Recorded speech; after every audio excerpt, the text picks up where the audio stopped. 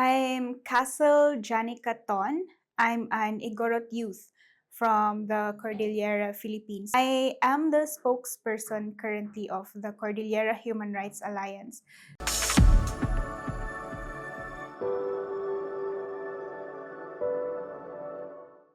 When I became a college student, I actually joined a theatrical group. We did not just perform, but we were actually learning about our communities. That's what I am doing right now. I keep on learning about the Indigenous peoples, and right now there are many violations against the rights of Indigenous peoples, and that is the main reason that I continue being an activist and a woman human rights defender. Violations against Indigenous peoples around the world are very similar. So we all face militarization, land dispossession, the grabbing of our ancestral lands.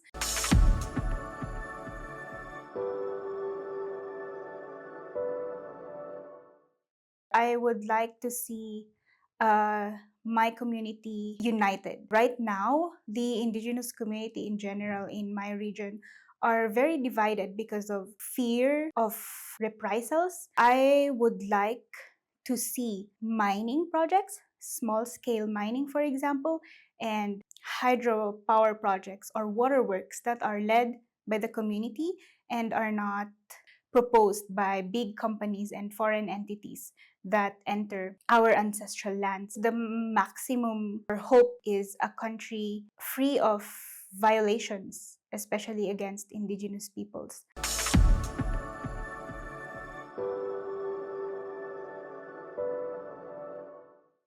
Documentation is very, very important. We see this as the blueprint of whatever we do. With the documentation, after reviewing the facts, that is where we are able to see what mechanisms we can use, what kind of case we will be filing if the victim would like to file a case. The documentation also helps the campaign and advocacy and asking for solidarity and support.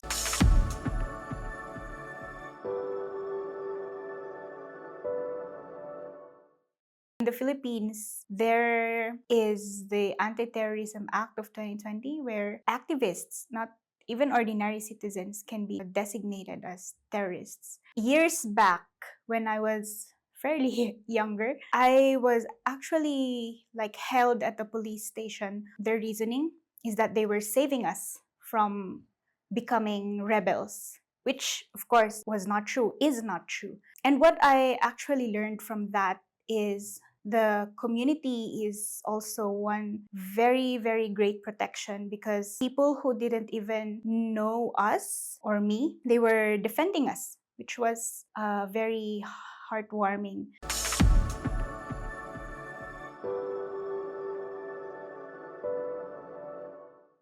The international solidarity and international support brings so much pressure to the government, and it helps us Indigenous peoples. We are at the Human Rights Council at the moment.